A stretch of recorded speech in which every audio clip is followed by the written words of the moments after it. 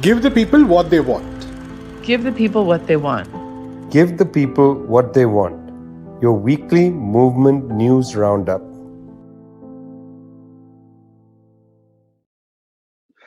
You're with Give the People What They Want, brought to you by People's Dispatch. There's Prashant and Zoe. I'm Vijay from Globetrotter. It's the 156th episode. We're knee deep in January, just off the very interesting debate that took place at the International Court of Justice at The Hague. It's very important to understand that the International Court of Justice is an arbitration place, a dispute settlement court between states. So if a state has a problem with another state around an international treaty, the state can actually appeal to the International Court of Justice for arbitration.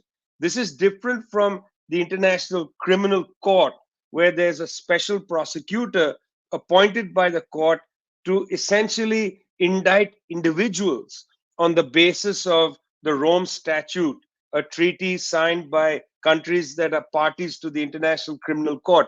That's a separate body which actually indicts individuals.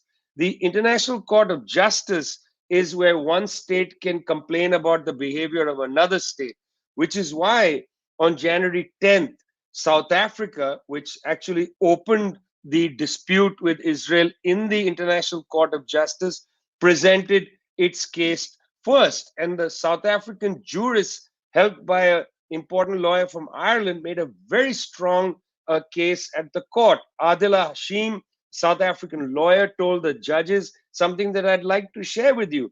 She said, genocides are never declared in advance. But this court, she says, the International Court of Justice, has the benefit of the past 13 weeks of evidence that shows incontrovertibly a pattern of conduct and related intention that justifies as a plausible claim of genocide acts. Now, this is very important language, as a plausible claim of genocide acts. Why do we need to emphasize that? Because this hearing is a prima facie hearing. This hearing is not a trial about Israel's behavior. This is merely a hearing for the 15-member judge panel to agree to accept the case that has been brought to them by South Africa, and then to open a trial at some later date. So that's why it's very important to take seriously what the lawyers are arguing about. They are trying to say there is a case here of genocide to be brought against the Israeli state. And that's what South Africa put on the table on the 10th, on the 11th of January. Very strong arguments. They put all the facts out there. In fact, the 84-page complaint against Israel, which was circulated prior to this hearing, is itself a very strong indictment of Israel. There's an entire section which I think is extremely important, where they basically take the statements made by high Israeli officials and demonstrate that these statements have genocidal intent. In other words, not only do you have genocidal action, wiping out of families, over now close to 400 families have lost over 10 members per family. That itself shows a genocidal act, wiping out people, pushing them out of Gaza, and so on. But the statements made by high officials prior to the violence, in other words, from October 8th onward, were itself genocidal, including using phrases like the second Nakba, Nakba being catastrophe, the Arabic word for catastrophe, the second Nakba, or the Gaza Nakba, or calling the people of Gaza human animals. That language is all documented by the South Africans in the indictment, in the complaint that they put before the judges at the ICJ. And basically, on the 11th of January, that's precisely what the four principal jurists, the four principal lawyers, that's the case they made before the court. Now, on the 12th of January, the Israelis responded to the complaint. A very interesting avenue they took. But before I tell you what exactly the Israelis said, it is important to bear in mind that after day one of the hearing, when the South Africans made their case, the United States government did not comment. They were asked repeatedly to comment on the South African claim. They didn't comment at all. I think this is important. We're going to get back to this in a minute because they commented in another way with a different language. Um, Interesting case made by the Israelis in defense against the South African complaint. What the Israelis said effectively is yes, 23,000 Palestinians have been killed in Gaza. That is, as to use the words of Adil Hashim, that is incontrovertible evidence. Of course, 23,000 people have been killed. But, and unsurprisingly, just as Israel has been saying from the 7th of October, the author of those killings, they argue, is not the Israeli state but Hamas. Even though they acknowledge that it's Israeli bombs and firearms that have actually taken the lives of the Palestinians, they say that responsibility for the killings is not with the Israelis but with the Palestinians. That has been the sum total of the Israeli case against the accusation from South Africa. But what happens next is that the 15 jury panel, the 15 judge panel will consider this, and they will basically figure out whether they want to take the trial forward. I must say, they can also put out there a provisional finding that essentially asks the country that is being accused of genocide to stop its actions.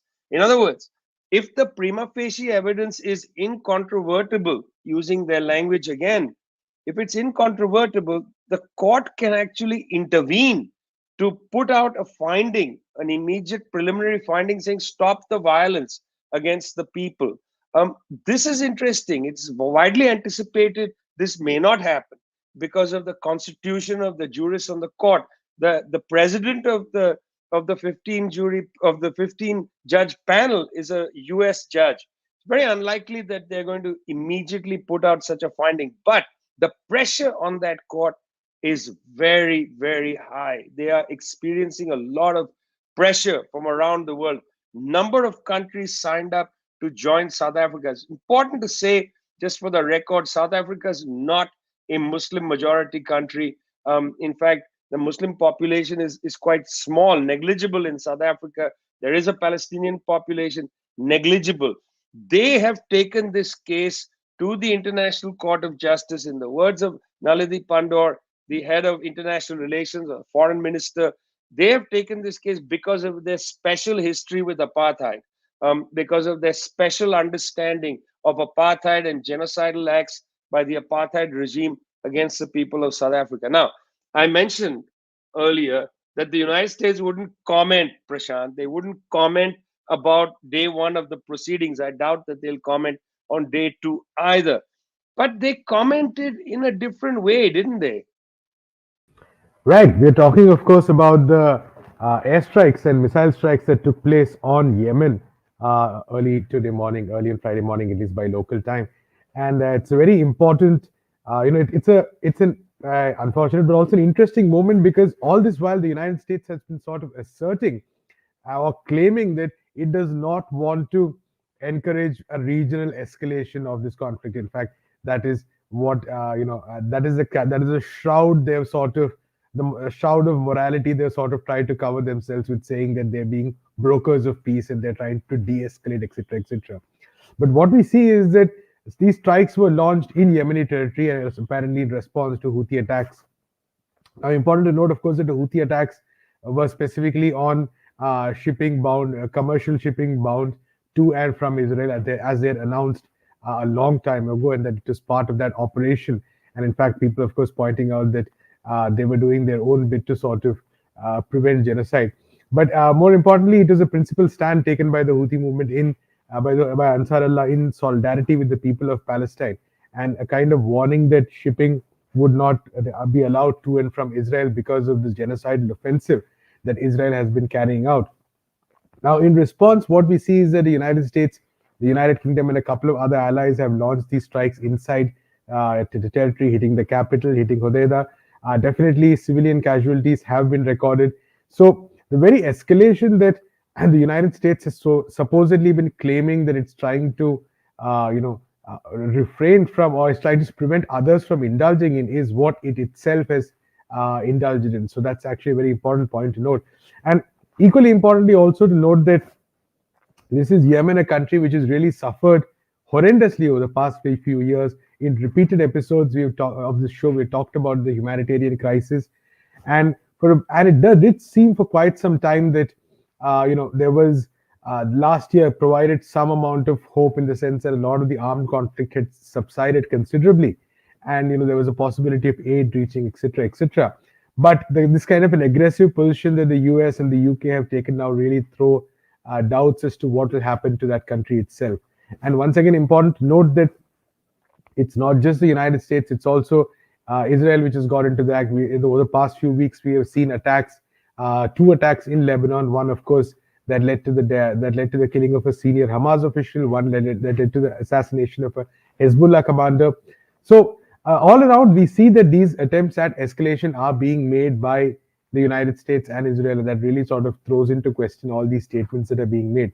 But more importantly, I think the point that the people of Yemen are being dragged into this conflict, and once again, that question of who's dragging them in comes in. Now, US would like to say that oh, the Houthis are the enemy, etc., etc., but it's they who have launched their strikes inside US territory. So I think very the situation is very delicately poised, a great amount of risk at this point of time to a large number of people, and the question really is that are what do you call, is there any attempt to sort of uh, or will the US and its allies continue to go on this policy in the region, which could even lead to greater risks? Now, we know that there's been this what is called the axis of resistance, which has consistently been pushing against US and Israeli military presence. We've seen attacks in Iraq, for instance, and again, when you're talking about Iraq, very important to sort of remember that the attacks in Iraq have been against US bases, whose which are extremely unpopular. There have been multiple demands that the United States withdraw from Iraq from all sections of society, including from parliament itself at some point of time, despite the fact that there are at least 2,500 foreign troops in Iraq. Now, keeping all this in mind, there have been attacks, like I said, there have been attacks in Iraq, in Hezbollah, in Lebanon. We have seen that kind of an impact. So the whole region as a whole is in a very difficult position. Again, speaking about Yemen, important to note that even Saudi Arabia, which actually was at the forefront of this war against Ansar Allah, against the Houthis for so many years, has responded. Has been very cautious in its response, has called for restraint at this point of time. So even the countries which were part of that coalition have been hesitant in full-fledgedly endorsing this act. And I think right now there's a massive choice before the US administration, the administration in the UK, those of their allies, that whether that will they have the courage or the conviction to even stick to the words that they've been sort of flaunting, and the kind of pretense of peace that they've been putting up. Will they actually have the courage or conviction to stick to it, or will they just continue with these aggressive policies, which are clearly against not only which are also against the will of a large number of their own people? I'm pretty sure that there is no segment of the US population which now wants to go to war against the people of Yemen as well. But will those in power listen to these demands, the kind of protests that are taking place? I think very important to sort of look at this point of time. We're going to come back to those protests in a second. You're listening to Give the People What They Want, brought to you from People's Dispatch. That's Zoe and Prashant. By the way, we're not going to talk about it today, but if you go to the People's Dispatch website, there's an excellent story on the issue between Somaliland, Somalia, and Ethiopia. A detailed report. Very many years ago, Edward Said wrote about covering other parts of the world, and he said one of the most interesting antidotes to Orientalism is to take the details of people's politics seriously. And this essay, this report at the People's Dispatch site on Somaliland and a dispute about a port is, I think, a very good example of excellent reporting on a place that people don't often, follow learn about and so on. The politics of Ethiopia, Somaliland, and Somalia, highly recommended. Zoe, coming back to this business, United States didn't respond to the South African case at the International Court of Justice, but they responded very few hours later by bombing once again Yemen, which the US has pummeled for 20 years. There have been demonstrations not only about that, but there are demonstrations continuing around the world on the war that Israel is prosecuting, and there will be big demonstrations coming up. Tell us a little about this world marching against both the war against the Palestinians and its escalation. Well, it's been about 3 months since the beginning of Israel's genocidal war on Gaza, and 3 months of mass protests, as we've seen across the world, and especially in the United States. And this is especially interesting in the US because this is an election year. And to be honest, when does the campaign season begin? When does it end in the US? There's no regulations on that because this is, of course, a corporate-run politics. But this is having the mass protests against the war, against the U.S. policy in Israel, is having a massive impact actually on Joe Biden himself and on the Democrats' chances in this upcoming election. And it's really interesting because yesterday, after this unhinged attack on Yemen, many people brought up an old tweet because, again, January 2020, if people remember, just 4 years ago, the U.S. launched again an illegal drone strike, an illegal attack on in Iraqi territory against Qasem Soleimani, assassinating him, and again, really escalating the possibility of a regional war. Which is very unpopular. And Joe Biden tweeted around this time, while there's, the possibility of, again, escalation. I think people will remember that it was a couple weeks where it was really touch and go. Is this going to escalate? Is this going to turn into something bigger? Joe Biden, in, I guess, the Democratic debate, tweets, "No president can take our country to war without the informed consent of the American people." So just 4 years ago, Joe Biden, who now, of course, is lovingly called Genocide Joe, was saying exactly what people are trying to tell him now, which is that, this airstrike, these bombings in Yemen, strikes in Iraq, supporting Israel's war, this is completely against the will of the American people. And opinion polls after opinion polls have confirmed this fact. The majority of young people actually support Palestinians' right to self-determination. They support Palestine being in the hands of Palestinians. The majority of both Republican and Democratic voters support the ceasefire. So the U.S. sort of wantonly and stubbornly moving forward with its policy of unbridled, complete support to Israel on all levels is getting very, very unpopular. And again, U.S. is standing alone. Just the fact of all of the nations that rallied around South Africa's case is testament to this. Many countries in South America, Venezuela, Bolivia, Nicaragua, Cuba, countries in Africa, countries in Europe. We saw parliamentarians from many, many different European countries actually come to The Hague to express their support to this case. We saw, of course, the Irish lawyer who joined the South African team. This is not this is not just one state doing some action against Israel. This is the entire world community rallying around this, heroic action, trying to actually make Israel accountable, while the U.S. kind of hangs back with its extremely, backwards policy of genocide and of murder and of death. And that's, of course, being met with a lot of resistance from the people in this country who are also seeing their own conditions degrade and saying, why is the U.S. continuing to support this while making many cuts to, people's daily lives and survival? So once again, tomorrow in Washington, D.C., people are going, tens of thousands of people will descend on the Capitol to bring this demand of a ceasefire, an end to the siege on Gaza, and really calling for an end to this military escalation. Many Democrats have said no more forever wars. no more wars in the Middle East. Yet we're seeing once again that's exactly what they're trying to do, trying to escalate war at any cost, just to support their ally Israel. So we're going to see a massive demonstration once again. It's going to be very important that people are going to be taking to the streets, reflecting this huge seismic shift in public opinion in support of Palestine and really rejecting Israel's genocidal policy.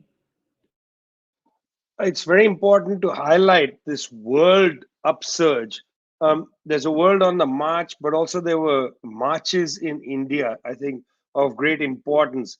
Hundreds of thousands of people, close to 1 million people perhaps, from the youth of the state of West Bengal in Western India gathered in the capital city, Kolkata. Several of them marched to almost 3,000 kilometers from one end of Bengal, from Kuch Bihar down to the Sundarbans. This was a 50-day march called the Insaf Yatra, Justice March, where people came to the city of Kolkata to demand employment, better basic protections for ordinary people from violence. Given the context in Bengal, the violence has risen, gangsterism, hoodlumism, etc. I know, Zoe, we're going to come back to this when we talk about Ecuador, but hundreds of thousands of young people marching, demanding a better future. Muhammad Salim, one of the leaders of this left resurgence, that's the phrase he uses. He said, "We're looking forward to a people's resurgence." In Bengal. It's quite an extraordinary event. But Prashant, where you are in Delhi, there was another march, a march of students just recently. Tell us a little bit about that. And then I'm really keen to hear from Zoe about what happened in Ecuador, which is puzzling a lot of people. But first, let's stay with this, the world on the march, and in Bengal, but also, of course, in Delhi.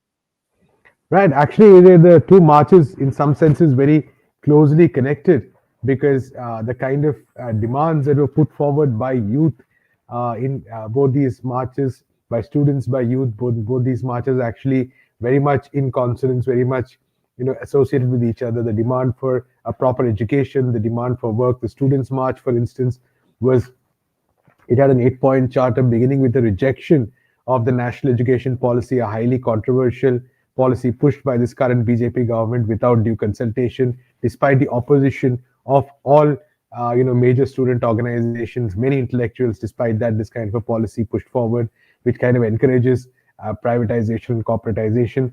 And the demands that this march, also important to note, of course, that this march comprised student organizations of a variety of ideological hues, which may often have disagreements, but all of them coming together united on this issue of rejecting the NEP, of a more inclusive education policy, of better fellowships, of more investment in education. Very significant demands of a what do you call an urban employment guarantee scheme, for instance. Again, something quite similar to what the youth in Calcutta were demanding. And I think both these sections sort of highlighting or pushing the fact that whether it be the state government in Bengal or the national government in Delhi, there has been very little emphasis placed on both inclusive and comprehensive education, and and an attempt to provide employment to millions of young people across the country. India's demographic dividend, what they call demographic dividend, what's happening to it is actually a very unfortunate situation right now, because you have an entire generation of people who did not receive the kind of education that is needed to propel India to become a much more powerful or a great power in that sense. And secondly, do not have the jobs, or have very low paying jobs, or part-time jobs to various extents, and are just struggling to make ends meet. And I think this is really a question to both these governments and to governments across the country, that what exactly are they doing to answer to the aspirations of these millions of young people. So what the students in the country today are saying, when they're saying rejecting this national education policy, when they're giving a call against the religious polarization of the education sector, for instance, a very important aspect. Again, something the youth in Calcutta were also marching against, how what is in India is called communalism. the use of religious polarization, the politics of religious polarization, how it has been used to target minorities, how it has been used to target critics, how it has been used to, in many ways, distract from the failures of these governments. I think all of it, the fact that it's inspiring to see these hundreds of thousands of youth marching across the state, marching from across the country, highlighting these issues, and sort of making a clear point that despite all these attempts to by the media, by those in power to distract from these issues, to create conflict based on religion, these issues are still front and center for youth and student movements in the country. If you want to learn more about what Prashant and I were just talking about, you must go to NewsClick, the website that 100 days ago was raided by the Delhi police. Founder of NewsClick, Probir Purkayastha, remains in prison. But at NewsClick, despite this pressure from the government, including the Income Tax Office, Ravi Kaushal has an excellent report on the student march in Delhi, and Sandeep Chakravarti has a terrific report on the big Insaf rally in Calcutta. So make it your place to go to get news about India despite all the pressure. Newsclick.in, still in action, still giving you reports from the ground. But Zoe, when Ecuador suddenly exploded and literally bombs everywhere, people rushing into television stations with guns and so on. My gosh, what's happening in Ecuador? Where have we come from the days of Rafael Correa? It was definitely a dramatic week in Ecuador. Many people would have seen, again, this a group of 10 or 15 members of an armed gang rush into a TV studio, take the presenters, take the cameramen hostage while live on air, and large guns pointed at the crew of this TV station. Extremely dramatic and shocking images, of course, for anyone to see, and at the same time, numbers of explosions, bombings, and also this had been preceded by really a state of emergency in the prisons in Ecuador. But it's important to note that this crisis, like most crises that we see, it was not actually, it was an escalation, but it was not a surprise, and it's been something that's been building for the last several years. And seeing, there were, of course, live streamed images of prisoners taking the prison guards hostage and summarily executing them one by one. Extremely violent situation in the country. President Daniel Noboa had, after the prison riots took place and that the prisons were essentially taken over by inmates from different gangs, he declared a state of emergency. And when this, rupture of all these different, taking the TV station and execution started, he declared an internal armed conflict and declared different drug trafficking groups and gangs as terrorist groups and as military targets. So this is a huge escalation. We're talking about a country which used to be one of the most safe in Latin America to being the most violent. There's a 800% increase in the homicide rate in Ecuador, I think, since 2019. That is a significant number. So this is not a minor thing. This is a serious situation. And again, this has to do with, there's a lot of factors. And so it's not just, for example, that the neoliberal governments of Lenin Moreno and Guillermo Lasso, who, as we remember, ended his term early because of accusations that he had links to drug trafficking groups in the country. That's an important detail. And they, in their different policies and through the agreement with the IMF, dismantled many state institutions, defunded even security forces. So the army, the police, much less well-funded than they were during Rafael Correa, much less ability to act because of that, dismantling the social safety net in the country. So this, of course, has an impact on not only, people's perhaps propulsion to actually join criminal armed groups, but also the capacity of the state to respond and have a proper response. But also we have to remember Ecuador, where is it located? Right between two cocaine producing countries, Peru and Colombia. And Ecuador is also strategically located because it's right on the Pacific. It's a major drug trafficking route.